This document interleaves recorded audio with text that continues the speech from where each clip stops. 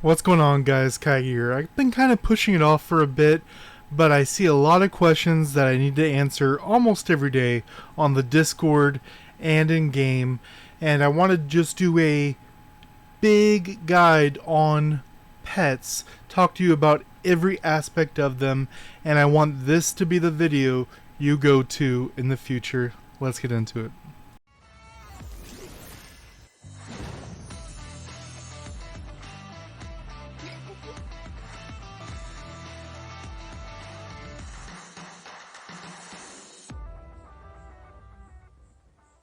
Alright guys, everything about pets. So, some of the first things we're going to see is there's several types of blobs that you'll get from beating monsters in the forest.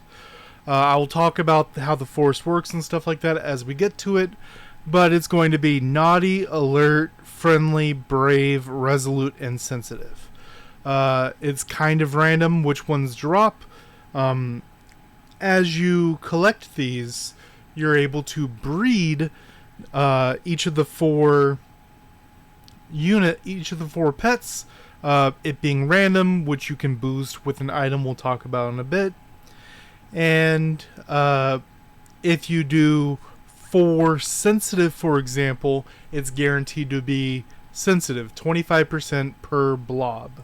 We'll talk about other ways to increase that as we go. And this is going to be your daily kind of thing you're doing right here. You're going to do your one assignment per day. Floor 1, floor 2, floor 3. You choose one. You cannot do all 3.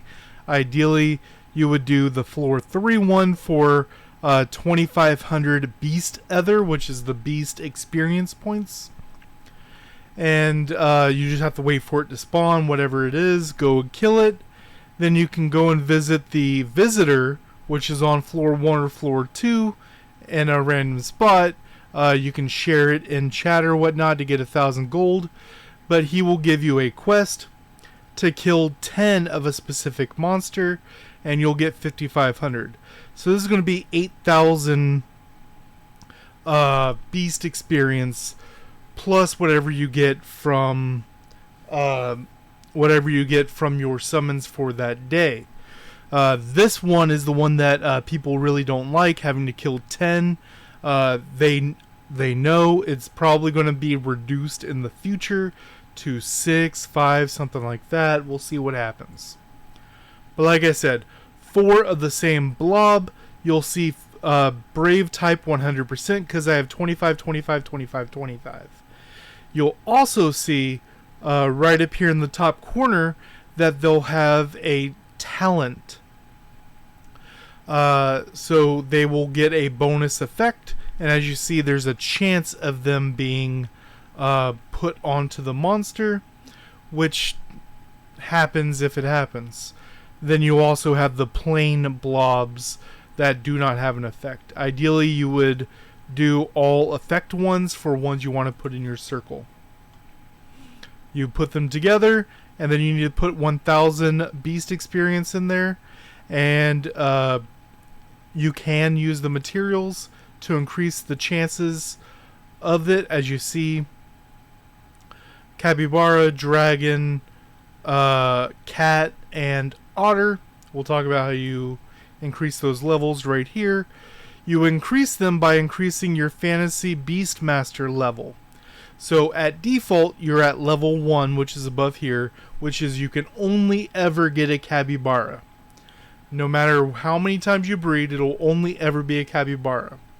Once you hit level 2, by either breeding beasts or summoning in the magic house, then you'll get to the dragon, and then you have a 50-50, then a 33% chance, then a 25% chance. And these items increase it by 25. So if you're at level 4, all 4 are active to you. It's 25% each. Then you add 25 to it, so it takes away from the other 3.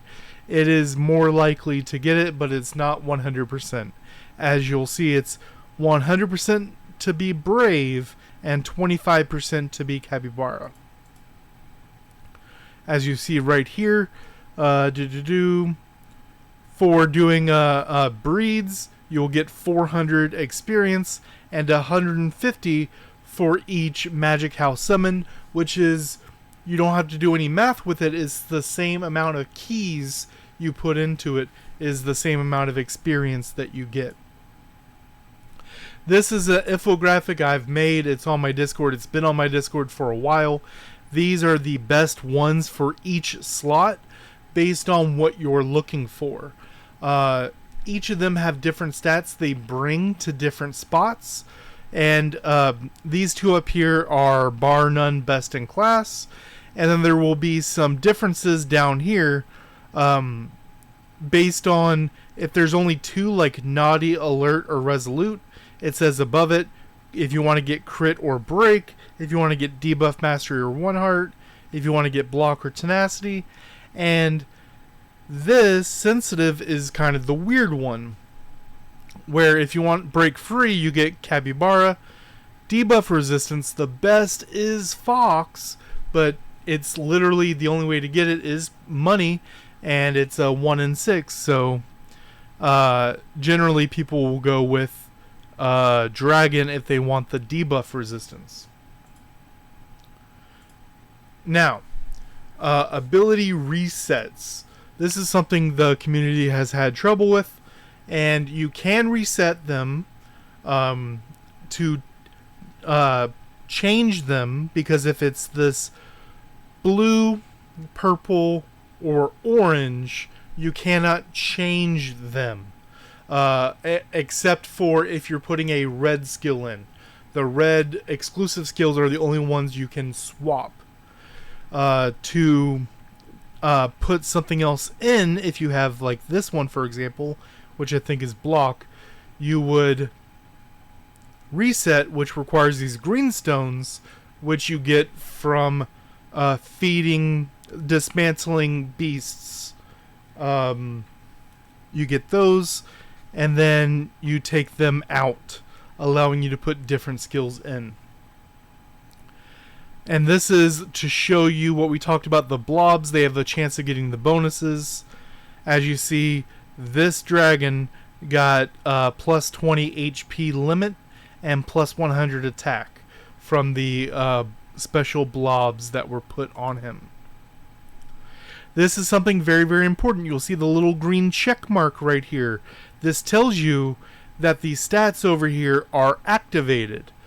This break free one for brave type is not activated, because you'll see the symbol in the top right hand corner should be a sword, which is brave, but this is insensitive. So you will get their base stats, attack, HP, defense, from this capybara, but you're not getting the break free, as you see down here, not activated. You would need to put a brave type unit in here to get that bonus. Another thing that will stop you from getting a bonus, you can rename and have pets follow you. If the particular pet you have following you is on your circle, their stats won't add to you. So you want if you want that cat to follow you, you need an extra cat, realistically. Or you can have it following you when you're not fighting. However you want to do it. You can rename each individual one. You get one free rename. If you want to do it any more, it costs Kabbalah. Now, as we see right here, the skills can level to level 3 from the little tags that you get. In order to take them higher, you need to increase the tags up here. You need to increase their quality, which is right here. Each increase of quality increases the base number right here, like this crit damage 0.6 will be 1.6 if you increase the quality, which is a little purple star, which also allows you to increase its level by 3. It's level 3. If you upgrade it, it'll get 1 purple star, go to 1.6, and then you'll be able to level it up to level 6 using these right here. To get these extra spots, There you go, right there. It requires the book stuff to bring them up. In order to get more spots, you need to do training. And even though this is losing CP, I get an extra slot, so it's worth it. Always, always, always do this. And at base, 4 is the max, but when you evolve them, they can have more. You can also dismantle ones to get the pieces so you can level them up. As you see, it requires 30 orange books, which would be the blue books give you 2 blue pieces, the purple give you 10 blue pieces, and the orange give you 10 orange pieces. So you would need 3 so you can raise this to 1 star. Which this one is Shiny Claws, that's attack, Shiny Shell is defense. So I could get rid of these. You don't really care about attack and defense. Get rid of these so I can increase that crit one. There's 3 major differences between floor 2 and floor 3. First major difference is floor 1 and floor 2 is PvE only. Floor 3 allows PvP. Second and third is all right here on the right. The second one is the boss spawning. On floor 2, as you kill monsters, a boss spawn portal will open up, and you need at least 3 people to go in and fight it. On floor 3, for every 5 monsters that are killed on the map, a boss gets spawned. It recently got a nerf, so it's easier to kill, because every 5 to 10 seconds, it'll lose a small amount of its HP, allowing even the weaker players to be able to get it. And obviously, floor 3, you will get more blobs, more experience, and more keys, as you see right there. The third thing, which a lot of people don't realize, is what's right here in the tactile text. Fantasy Beast Blobs with attribute bonus. So you have a higher chance of getting those bonus effect blobs on floor 3, which is why it's PvP, so people fight over it.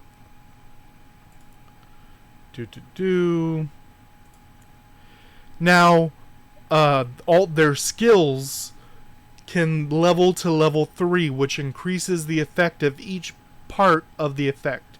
And how you level it up, see, as you can see, the level cap is level 3. Every time the quality of the Fantasy Beast is improved, going from purple to yellow to red, you need to get it to level 80, you need to get another one to level 80, and then evolve using getting rid of one, increasing the other. If you use the same type, 2 dragons for example, it has a higher chance of keeping the good stuff on it, keeping the good skills on it, and it also gives you an extra passive skill slot. It will also allow you to take it to 160 and do the same thing up to 240. And then once you take it to the orange tier, it'll be level 2, increasing all the parts of the effect. And then when you bring it to level 3, it'll increase everything proportional as well. As you see right here, this is the evolution. Increases the base HP, attack, and defense. Automatically gives you 1 open slot and an extra locked slot. It can, as you can see, going from purple to orange, increasing the max. It stays at 80, but it can go up to 160. And this is the big money sink for this whole thing, is the Godstones. For most people I've talked to, it takes a lot of summons to get the Godstones. On average, people have gone from 0 as soon as this game mode has launched to level 4 where the otter is, and barely have enough 80 to do one evolution. There was also a special event when it was first launched where you can get 2 a day, as well as other offers to get some of these. But this is the bottleneck for a lot of players.